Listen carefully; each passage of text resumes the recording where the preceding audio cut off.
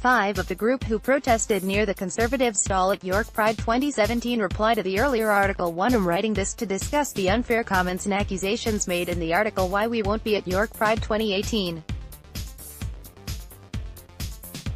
The authors refer to the peaceful protest of a small handful of individuals in front of the Conservative stall at last year's York Pride. We were those protesters, and we would like the chance to wear what we did.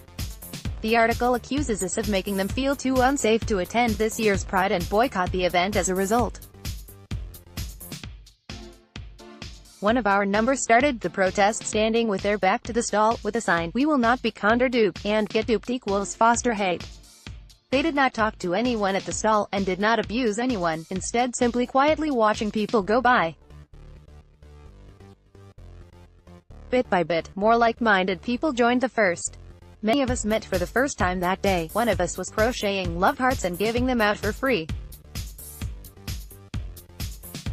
Jovial and friendly. The atmosphere was jovial and friendly.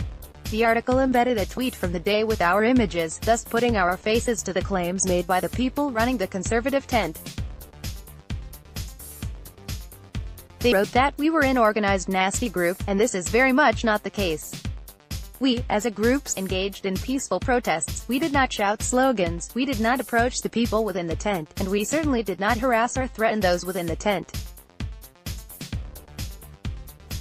Instead, we stood quietly with our signs, and talked politely to anyone who approached us. We, as a group, did not take it upon ourselves to enter the tent, or attack those within. We learned later that the Conservatives had packed up early, and left before the end of Pride. If that was caused by abusive language or behavior of others, it was nothing to do with the group of us who were protesting through the day. The York Conservatives stall at York Pride in 2017.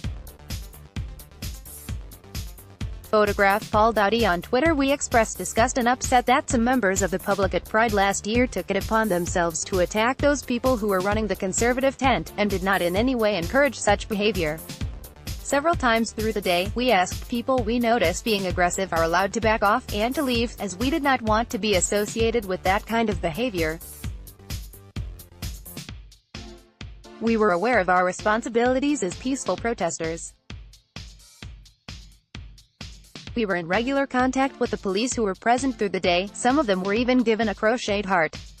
We simply exercised our right to free protest at a Pride event, and Pride is first and foremost a protest against the subjugation and denigration of LGBTQIA folk, a declaration of our existence and rights. Disgust at the attacks. The article states, just like the ongoing anti-Semitism from a minority of far-left activists which has been shown to the world in recent months, the people on our stall last year, including members of the LGBT community itself, were subjected to such a level of intimidation, nastiness and venom that they now feel it would not be safe for them to return. We would like to express again our disgust that such attacks were made, and assure everyone that none of us were involved in the intimidation of anyone, and we are not responsible for the actions of other individuals who might have taken action. What's on all you need to know about York Pride 2018? More, likening a peaceful protest to anti-Semitism is outrageous, ludicrous and completely nonsensical.